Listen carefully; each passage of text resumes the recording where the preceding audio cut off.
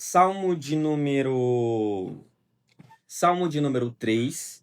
Nós vamos para o estudo bíblico. Salmo de número 3 será o salmo que nós trabalharemos hoje.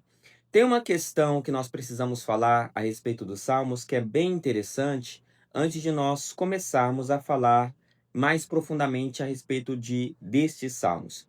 Os salmos, vocês sabem, eles são cânticos que os seres humanos apresentam para Deus. No caso, são mensagens de louvores e adoração para Deus, e são textos inspirados onde nós vemos a graça de Deus se manifestando cotidianamente na vida dos personagens bíblicos. Isso precisa ser entendido de uma maneira clara. A palavra dos Salmos é uma palavra dos seres humanos falando para com Deus. Tendo essa expressão poética, esse estudo mais voltado para a liberdade da arte, nós encontramos os salmistas, principalmente Davi, tendo uma amplitude de expressão das suas ideias com relação a Deus ou para Deus. Uma questão interessante que nós aprendemos nos Salmos, tendo essa característica interessante, é que o salmista ele vivenciava sempre o seu cotidiano. Ele sempre demonstrava como era o seu cotidiano e as coisas que aconteciam no seu cotidiano influenciavam na sua vida poética para conversar em relação a Deus.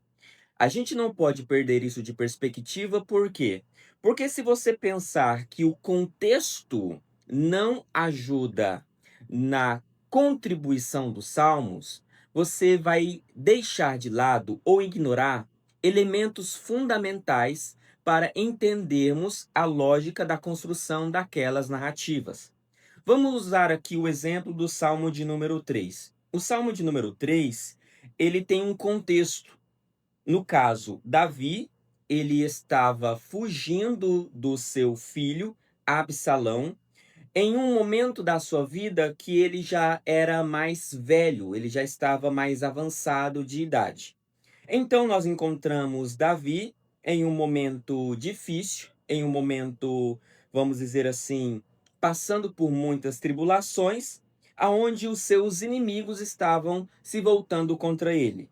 No caso, esses inimigos não eram apenas inimigos externos, mas também inimigos internos ou inimigos dentro da sua própria casa. Ele começa o Salmo de número 3 dizendo a seguinte questão: Senhor, como se têm multiplicado os meus adversários? São muitos os que se levantam contra mim. Olha só o contexto presente aqui.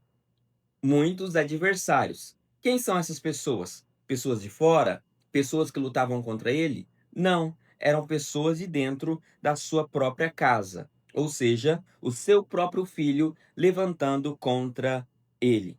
E mais, seu filho se levanta contra o seu reino e começa a movimentar outras pessoas para agir contra Davi. Pessoas que outrora eram o braço direito de Davi, agora estavam agindo contra ele. E nesse momento, Davi olha para Deus e diz: Deus, veja como os meus adversários se multiplicam aos montes contra a minha vida. Perceba, irmãos, que Davi não está tentando construir uma realidade paralela. Davi não está tentando construir uma realidade aonde ele é o centro das atenções e as pessoas têm que ficar em torno dele. Não, Davi é real ou acredita naquilo que ele está vendo e dizendo: a minha realidade não está legal.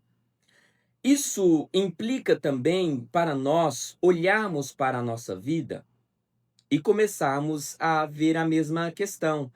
Muitas vezes a gente olha para a nossa realidade e quer pintar de cor de rosas ou pintar um arco-íris que na verdade não existe.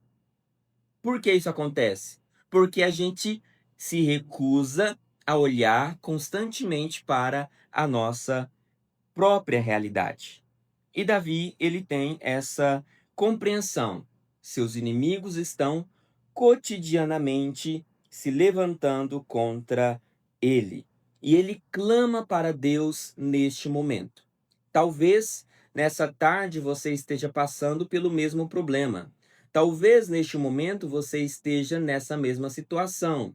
Você tentou já mascarar sua realidade através da religiosidade, através de uma vida dúbia, através de uma vida aonde parece que você mostra uma realidade para a vida das pessoas que não é uma realidade que você está de fato vivendo, só que isso não tem sido suficiente. Você, na verdade, tem vivido uma vida que não representa a graça e a glória de Deus. Como você pode fazer para resolver esse problema? Você pode tirar essas fantasias da sua mente e começar a olhar de uma maneira clara para a sua realidade, entendendo eu preciso saber de fato o que está acontecendo nessa minha vida.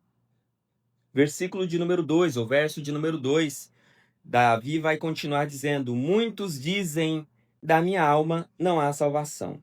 Ou seja, as pessoas olham para a sua própria vida e veem que não há salvação para a sua própria vida, para a sua própria alma. Versículo 3, ele vai dizer: Mas tu, Senhor, é o meu esconderijo, é o meu escudo, para mim a minha glória e o que está à minha cabeça. Verso 4: Com a minha voz chamei ao Senhor, ele ouviu desde o seu monte. Esse monte presente aqui no verso de número 4 é o Monte Sião, é o monte que estava a Arca da Aliança, é o monte de Deus. E Davi, agora já fugido, se você ler o livro de Samuel, você vai ver que Davi vai fugir de Absalão, e nesse momento que ele estava fugido, ele estava longe do Monte Sião, e ele deseja um dia voltar novamente para estar neste monte. E por isso que ele diz no verso de número 4: Com a minha voz clamei ao Senhor, ele me ouviu desde o seu santo monte. Quando você passar pelos mesmos problemas, pelas mesmas adversidades, a sugestão que nós damos é para que você lembre da casa de Deus e do Monte Santo do Senhor, para que você possa ouvir a voz de Deus e saber que em todos os momentos Deus está presente com você. Não é porque você está longe da presença de Deus, você está fugindo, que Deus perdeu o controle da situação. Deus continua ainda sendo Deus e poderoso constantemente para nos abençoar. Ou seja, embora você tenha perdido o seu reino, Deus ainda reina no seu santo monte. No versículo de número 4, o texto continua dizendo: Eu me deitei e dormi, acordei, porque o Senhor me sustentou. Não terei medo de 10 milhares de pessoas que se puseram contra mim ao meu redor. Levanta-te, Senhor, salva-me, Deus meu, pois feristes a todos os meus inimigos, nos queixos, quebrastes os dentes dos ímpios. A salvação vem do Senhor, sobre o teu povo seja a tua bênção. E nesse final, Davi vai finalizar dizendo que ele já confiou em Deus em outro momento e agora ele pode confiar em Deus também neste exato momento.